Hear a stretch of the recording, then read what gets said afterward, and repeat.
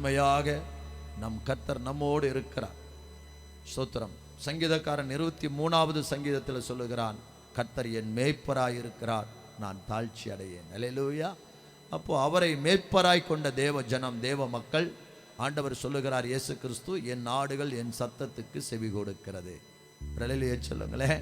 என் நாடுகள் என் சத்தத்துக்கு செவி கொடுக்கிறது. நீங்களும் நானும் கர்த்தருடைய ஆடாய் இருக்கும்போது நம்ம யார் சொல்றதையோ கேட்குறோமோ கேட்கலையோ, கர்த்தர் சொல்றதை நாம் கேட்க வேண்டும். அல்லேலூயா. என் நாடுகள் என் சத்தத்துக்கு செவி கொடுக்கிறது. அவருடைய சத்தத்துக்கு செவி கொடுத்தால் நமக்கு குறைவு இருக்காது. அல்லேலூயா. அதான் பாடணும், குறையில்லையே குறையில்லையே என் கர்த்தர் என் மேய்ப்பர். அல்லேலூயா.